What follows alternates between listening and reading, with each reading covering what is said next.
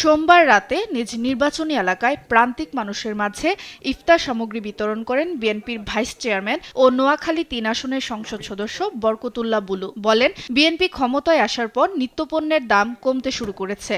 এ সময় ক্রমান্বয়ে সকল পণ্যের দাম নিয়ন্ত্রণের মধ্যে আসবে বলেও আশা ব্যক্ত করেন এই সাংসদ। বিএনপি রাষ্ট্রীয় ক্ষমতা আসার পরেই বিভিন্ন নিত্য প্রয়োজনীয় দ্রব্যের দাম ইতিমধ্যে কমতে শুরু করেছে। আপনারা দেখেছেন যে এলপিজি গ্যাস যেখানে প্রায় 2200-2300 টাকা হয়ে গেছিলো, এটা ইতিমধ্যে 1280 টাকার মধ্যে চলে এসছে।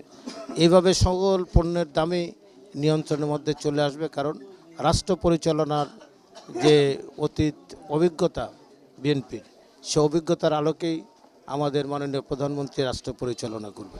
মঙ্গলবার সকালে উপজেলা পরিষদ সভাকক্ষে মতবিনিময় সভায় অংশ নেন নোয়াখালী ২ আসনের সংসদ সদস্য জয়নুল আবদিন ফারুক। বলেন, জনগণের আশা পূরণে কাজ করবেন তিনি। এছাড়া এ সময় একটি শোষণমুক্ত সমাজ ও দেশ গঠনে সবাইকে একসাথে কাজ করার আহ্বানও জানান তিনি।